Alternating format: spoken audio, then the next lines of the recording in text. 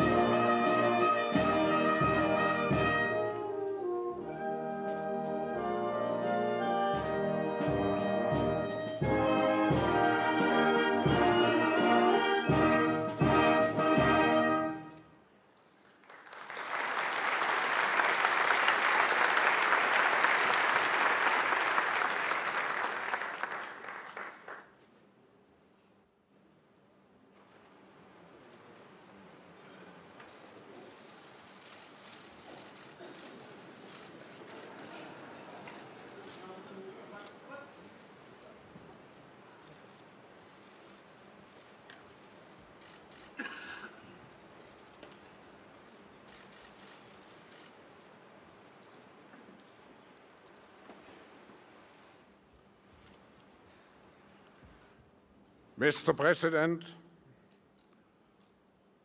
after you have been so warmly received yesterday here in Davos, it is now my great pleasure to officially welcome the President of the United States, Donald J. Trump, to the closing session of the World Economic Forum's annual meeting 2018.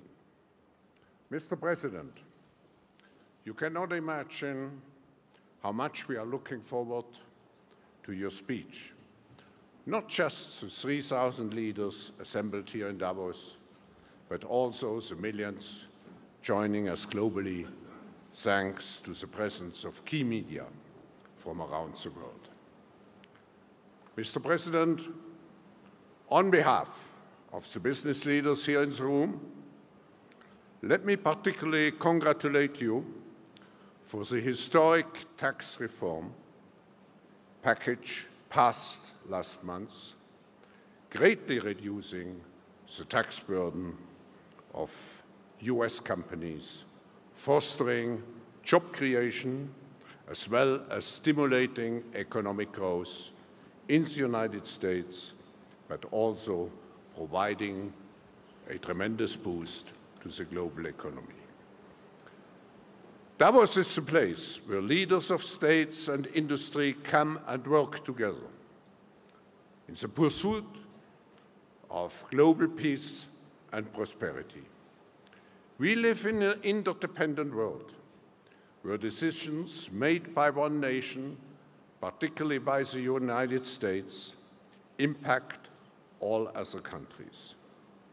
I believe that today we need to strike the right balance between the necessary rebuilding of national social contracts and at the same time strengthening our multilateral system to address critical issues such as trade, investment, terrorism, and migration, to name just a few. Mr. President, the role of the United States and your personal leadership is absolutely essential. For this reason, your message here has tremendous relevance. Of course, I'm aware that your strong leadership is open to misconceptions and biased interpretations. Therefore, it is so essential for us in the room to listen directly to you. This forum, as it has done for nearly 5 decades, should create a base for dialogue and global cooperation where, and I quote you, Mr. President, strong sovereign nations with different values, different cultures, and different dreams do not just coexist, but work side by side on the basis of mutual respect. Ladies and gentlemen, please welcome the 45th President of the United States, Donald J. Trump, to the stage.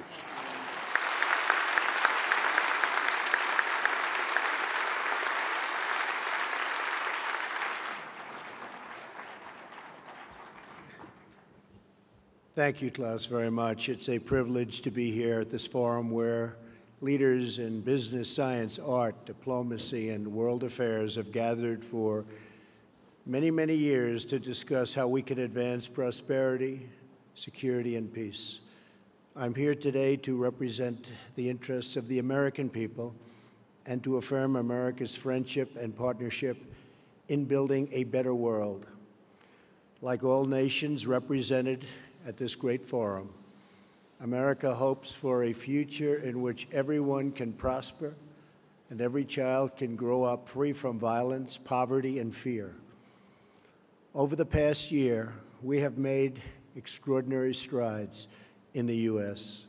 We're lifting up forgotten communities, creating exciting new opportunities, and helping every American find their path to the American dream, the dream of a great job, a safe home, and a better life for their children. After years of stagnation, the United States is once again experiencing strong economic growth. The stock market is smashing one record after another and has added more than $7 trillion in new wealth since my election.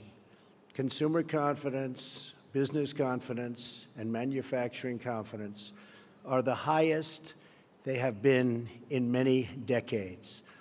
Since my election, we've created 2.4 million jobs, and that number is going up very, very substantially. Small business optimism is at an all-time high. New unemployment claims are near the lowest we've seen in almost half a century. African American unemployment has reached the lowest rate ever recorded in the United States, and so has unemployment among Hispanic Americans. The world is witnessing the resurgence of a strong and prosperous America. I'm here to deliver a simple message. There has never been a better time to hire, to build, to invest, and to grow in the United States. America is open for business, and we are competitive once again. The American economy is by far the largest in the world, and we've just enacted the most significant tax cuts and reform in American history. We've massively cut taxes for the middle class and small businesses to let working families keep more of their hard-earned money. We lowered our corporate tax rate from 35% all the way down to 21%. As a result, millions of workers have received tax cut bonuses from their employers in amounts as large as $3,000. The tax cut bill is expected to raise the average American's household income by more than $4,000. The world's largest company, Apple, announced it plans to bring $245 billion in overseas profits home to America. Their total investment into the United States economy will be more than $350 billion over the next 5 years. Now is the perfect time to bring your business, your jobs, and your investments to the United States. This is especially true because we have undertaken the most extensive regulatory reduction ever conceived. Regulation is stealth taxation. The U.S., like many other countries, unelected bureaucrats, and we have, believe me, we have them all over the place, and they've imposed crushing and anti-business and anti-worker regulations on our citizens with no vote, no legislative debate, and no real accountability. In America, those days are over. I pledged to eliminate 2 unnecessary regulations for every 1 new regulation. We have succeeded beyond our highest expectations. Instead of 2 for 1, we have cut 22 burdensome regulations for every 1 new rule. We are freeing our businesses and workers so they can thrive and flourish as never before. We are creating an environment that attracts capital, invites investment, and rewards production. America is the place to do business. So come to America, where you can innovate, create, and build. I believe in America. As President of the United States, I will always put America first, just like the leaders of other countries should put their country first also.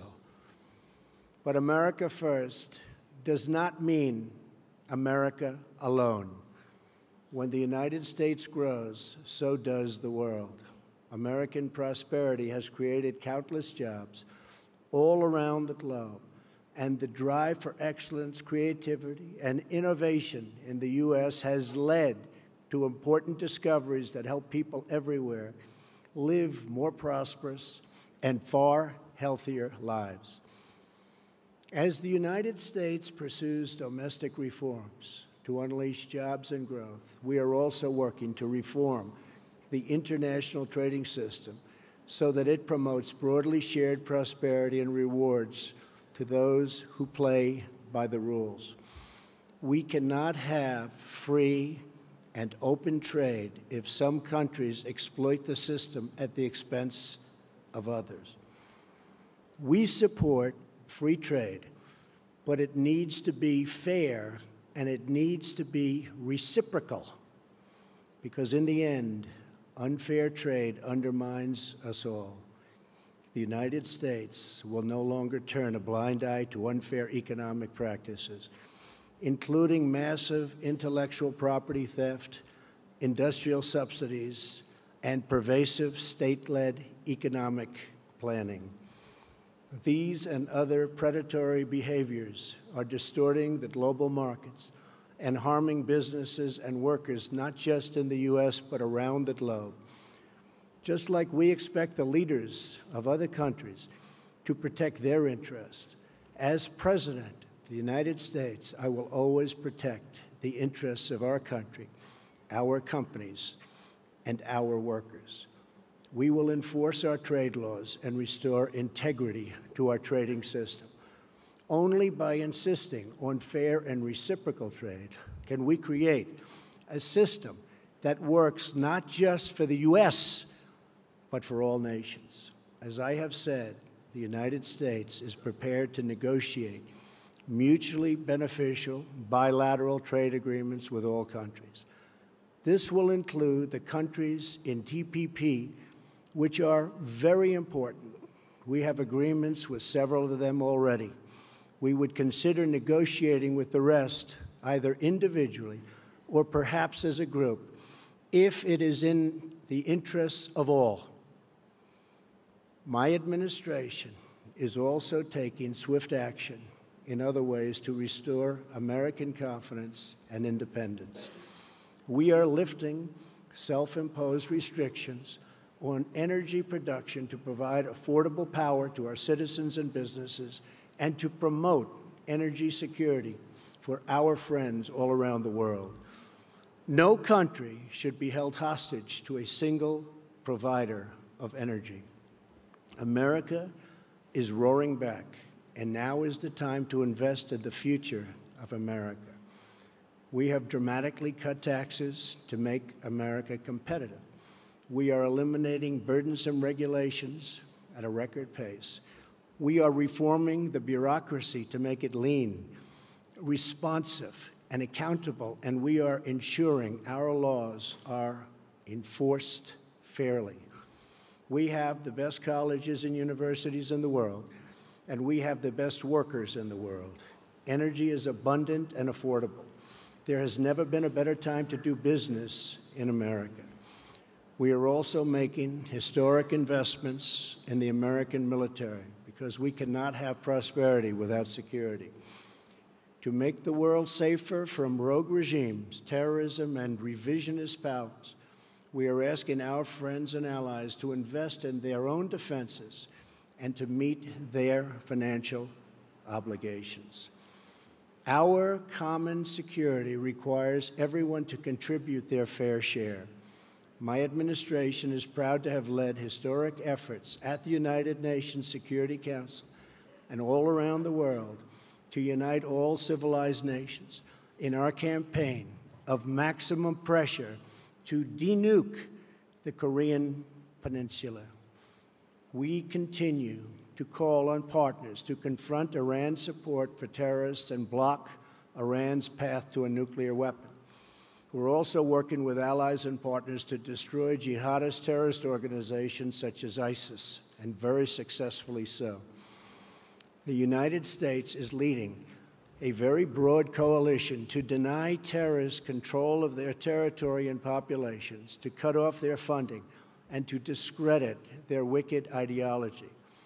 I am pleased to report that the coalition to defeat ISIS has retaken almost 100% of the territory once held by these killers in Iraq and Syria. There is still more fighting and work to be done and to consolidate our gains. We are committed to ensuring that Afghanistan never again becomes a safe haven for terrorists who want to commit mass murder to our civilian populations. I want to thank those nations represented here today that have joined in these crucial efforts. You are not just securing your own citizens, but saving lives and restoring hope for millions and millions of people. When it comes to terrorism, we will do whatever is necessary to protect our nation. We will defend our citizens and our borders. We are also securing our immigration system as a matter of both national and economic security. America is a cutting-edge economy, but our immigration system is stuck in the past. We must replace our current system of extended family chain migration with a merit-based system of admissions that selects new arrivals based on their ability to contribute to our economy, to support themselves financially, and to strengthen our country. In rebuilding America, we are also fully committed to developing our workforce.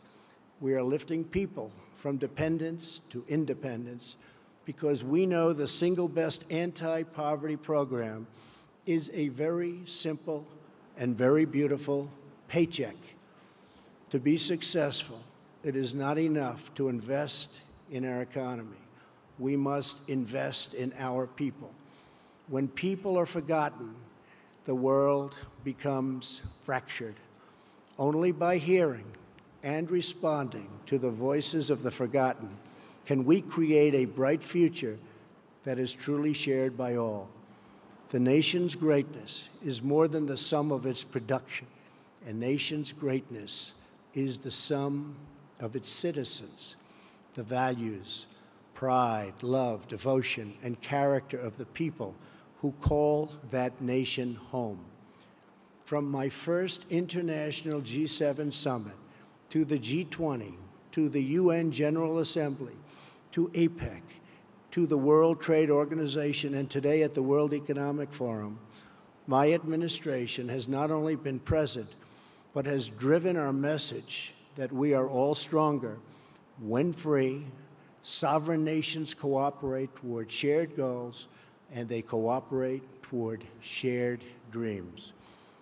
Represented in this room are some of the remarkable citizens from all over the world. You are national leaders, business titans, industry giants, and many of the brightest minds in many fields. Each of you has the power to change hearts, transform lives, and shape your country's destinies. With this power comes an obligation, however, a duty of loyalty to the people, workers, and customers who have made you who you are. So together, let us resolve to use our power, our resources, and our voices, not just for ourselves, but for our people, to lift their burdens, to raise their hopes, and to empower their dreams, to protect their families, their communities, their histories, and their futures. That's what we're doing in America, and the results are totally unmistakable. It's why new businesses and investment are flooding in. It's why our unemployment rate is the lowest it's been in so many decades. It's why America's future has never been brighter. Today, I am inviting all of you to become part of this incredible future we are building together. Thank you to our hosts. Thank you to the leaders and innovators in the audience. But most importantly, thank you to all of the hardworking men and women who do their duty each and every day, making this a better world for everyone.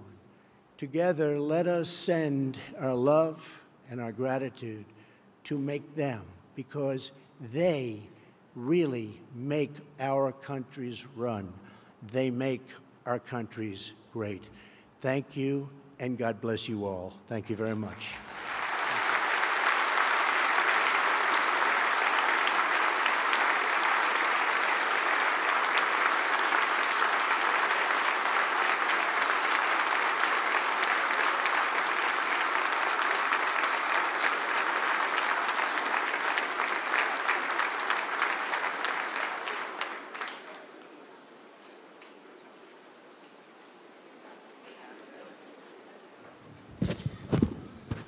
Thank you very much. Thank you, Mr. President, for this inspiring speech.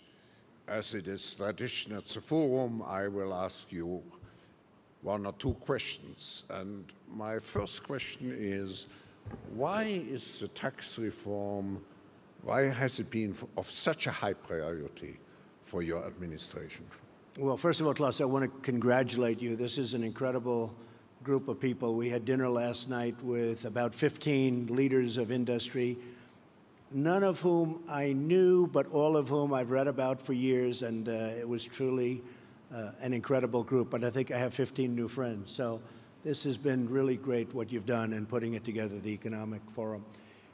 The tax reform was a dream of a lot of people over many years, but they weren't able to get it done. Many people tried. And Ronald Reagan was really the last to make a meaningful cut and reform, and ours is cutting and reforming. We emphasize cut, but the reform is probably almost as important. We've wanted to do it. It is very tough politically to do it. Hard to believe that would be, but it is very, very tough. That's why it hasn't been done in close to 40 years.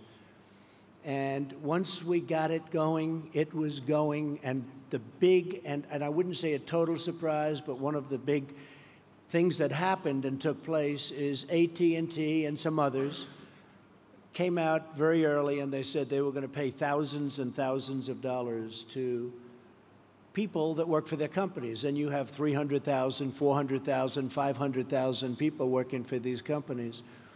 And all of a sudden it became like a big waterfall, a big, beautiful waterfall, where so many companies are doing it. And even today they just announced many more. But every day they announce more and more. And now it's a fight for who's going to give the most. It started at 1,000. Now we have them up to 3,000. This is something that we didn't anticipate. Oftentimes in business, things happen that you don't anticipate. Usually that's a bad thing. But this was a good thing. This came out of nowhere. Nobody ever thought of this as a possibility even. It wasn't in the equation. We waited, we said, wait till February 1st when the checks start coming in, and people, Klaus, have a lot more money in their paycheck, because it's not just a little money. There's a lot of money for people making a living doing whatever they may be doing. And we really thought February 1st it was going to kick in and everybody was going to be, well, we haven't even gotten there yet. And it's kicked in, and it's had an incredible impact on the stock market and the stock prices. We've set 84 records since my election, record stock market prices, meaning we hit new highs 84 different times out of a one-year period. And that's a great thing. And in all fairness, that was done before we passed the tax cuts and tax reform. So what happened is really something special. Then, as you know, and as I just said, Apple came in with $350 billion. And I tell you, I spoke with Tim Cook. I said, Tim, I will never consider this whole great run that we've made complete until you start building plants in the U.S. And I will tell you, this moved up very substantially. But when I heard 350, I thought they were talking $350 million. And by the way, that's a nice sized plant. Not the greatest, but not bad. And they said, no, sir, it's $350 billion. I said, that is something. Well, we have tremendous amounts of money, including my newfound friends from last night, great companies. They're all investing. When one of the gentlemen said he's putting in $2 billion because of the tax cuts, I said to myself, wow, he's actually the cheap one in the group, because they're putting in massive numbers of billions of dollars. So I think you have a brand new United States. You have a United States where people from all over the world are looking to come in and invest. And there's just nothing like what's happening. And I just want to finish by, I have a group of people that have been so outside. I have a whole lot of them, so I won't introduce because then I'll insult at least half of them. But I've had a group of people that work so hard on this and other things. And we're really doing, we had a great first year, so successful in so many different ways. And there's a tremendous spirit when you look at all of the different charts and polls, and you see, as an example, African-American unemployment at the historic low. It's never had a period of time like this. Same with Hispanic. Women at a 17-year low. It's very heartwarming to see, but there's a tremendous spirit in the United States. I would say it's a spirit like I have never witnessed before. I've been here for a while. I have never witnessed the spirit that our country has right now. So I just want to thank you all and all of those that are pouring billions of dollars into our country or $10 into our country. We thank you very much. Thank you. Mr. President, I will ask you maybe a personal question, but before doing so, I just sounds like very to interesting. Acknowledge. I didn't know about this one. I would like to acknowledge the strong Yes. presence of your cabinet members Yes. here, who tremendously contributed to the discussions. Good. The last I would days. like to do that. That's very good. Yeah. Now, Stephen, Wilbur, Gary, Robert, even my general and my various other generals, you know. We're making our military protection a little bit better for us, too. So thank you very much. Does everybody understand that? I think so. Thank you all for being here. now my maybe personal question would be, what experience from your past have been most useful in preparing you for the presidency?